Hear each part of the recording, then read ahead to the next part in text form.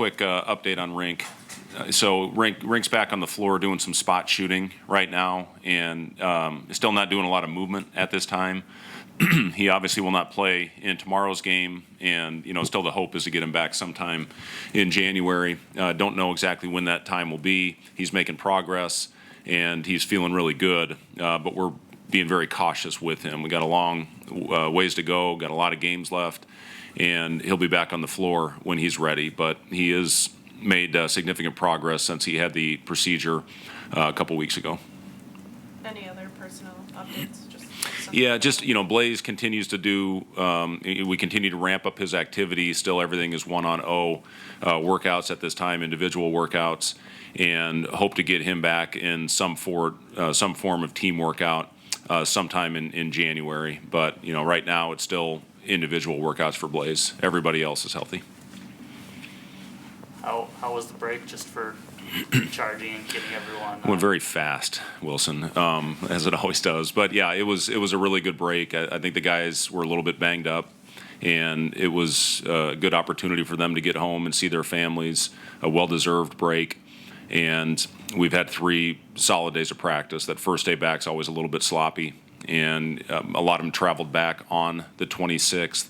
Yesterday was a very hard, almost tried to get them up to a game-type load, and then we backed off a little bit today. But, overall, everybody is in a good place. Everybody got back safely and on time. Thankfully, the one guy that was a little bit cutting it close was Casey. He was out in western Nebraska, central to western Nebraska, and the interstate was closed on Christmas Day with the accident that I think happened right around York. So it was a little bit cutting it close. I think it took him 5 hours to get back from North Platte, but it was good to get him back. How do you approach a break like that, just as far as, evaluating, looking at what you've done, looking ahead? What are you doing, from a season perspective? Yeah, just really preparing for the grind ahead. And, we had a good film session cleanup from the North Dakota game. Normally we come in the next day and, watch offensive, defensive cleanup, and then move past the game, whatever happens, whatever the results are. So we still had a cleanup. There was plenty that we learned from that North Dakota game. And, we talked to our guys at length going into that game of how dangerous that game can be. And you're playing a really good quality opponent, that got one of their main guys back with a 2-time transfer. And, they played very well and obviously got off to a big start. Second half, we handled the adversity well, which was, one thing that obviously that we had to do, and then played about 12 really good, solid minutes to build that lead, going from a 14-point deficit to get a double-digit lead.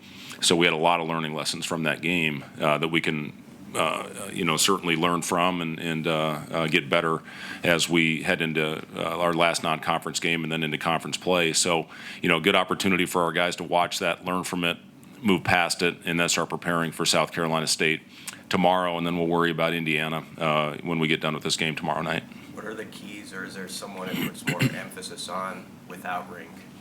Well, rebounding, obviously, and that's what this team does. They're 12th in the nation in offensive rebound percentage. They get 46% of their misses. They are relentless on the glass. They go after everything. They're a very hard-playing, physical team that has good size, and they've had they had Missouri down 29-13 early in that game. They had a shot to win it on the road against UNC Asheville, who's a good, high-quality team. Pitt was a very close game at halftime, so this team is very capable. And, our job is to come in here and hopefully get off to a great start, which we did not do in our last game, and then we're clawing and fighting uphill for the majority of that game. This is an important one. We need to finish off our non-conference portion of our schedule. We've had a solid start to the season, and this is a very important game to close out our non-conference portion of the schedule because it's a grind after. We got, I think, 4 of our first 5 are on the road after the Indiana game, and that one home game is the number 1 team in the country. So we got a heck of a start. So it's important to come out tomorrow night and play good quality 40 minutes of basketball. What's kind of a progress report on where you think Eli and Matar are at, halfway through their first year? Yeah, I've been really pleased with both Eli and Matar. They've both gotten significantly better than when they stepped off campus, and we're going to need those guys moving forward. Eli obviously is a guy that showed he can knock down shots, and he hit big ones against Michigan State, and he hit a big one on the road at Kansas State as we were extending our lead in that game. So, we're going to need Eli to come off, especially when the ball's not going in the basket. And the thing I've been really happy with Eli is his growth on the defensive end, and it's always a big adjustment for any freshman that comes in, and you see some of these top 5-star McDonald's All-Americans that aren't playing a lot of minutes right now. That's because of the adjustment period that it takes when you start your college journey. And Matar has made huge strides, and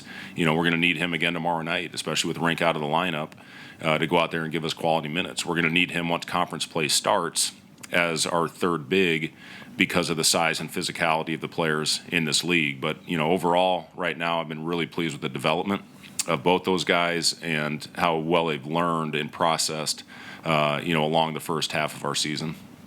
I know each game is its own entity, but have you noticed any common theme between the last 3 victories that you're like, that has to carry over if we're going to keep this going? Yeah, the big word I've used with our group is consistency. And we had a great win after 2 tough setbacks after Creighton, and especially that second half in Minnesota. But our guys really bounced back and responded and played a full 40-minute game against a Michigan State team that's playing as well as anybody in our league right now, and followed that up with a complete 40-minute game on the road at K-State, holding a team that's projected to be in the tournament right now to 46 points. We did not play a consistent 40 minutes the other night against North Dakota, and we were fighting for our lives in that second half to get that win. So, it's just as far as, everything that we talk about with our group is about playing consistently through good times, bad times, and anything in between. You have to be a consistent basketball team in everything you're doing. We did not have a very good offensive performance against Kansas State, but we guarded through it all. When the ball doesn't go in the basket, human nature is to let down a little bit on the defensive end. We did not do that for one play, especially in that second half against Kansas State.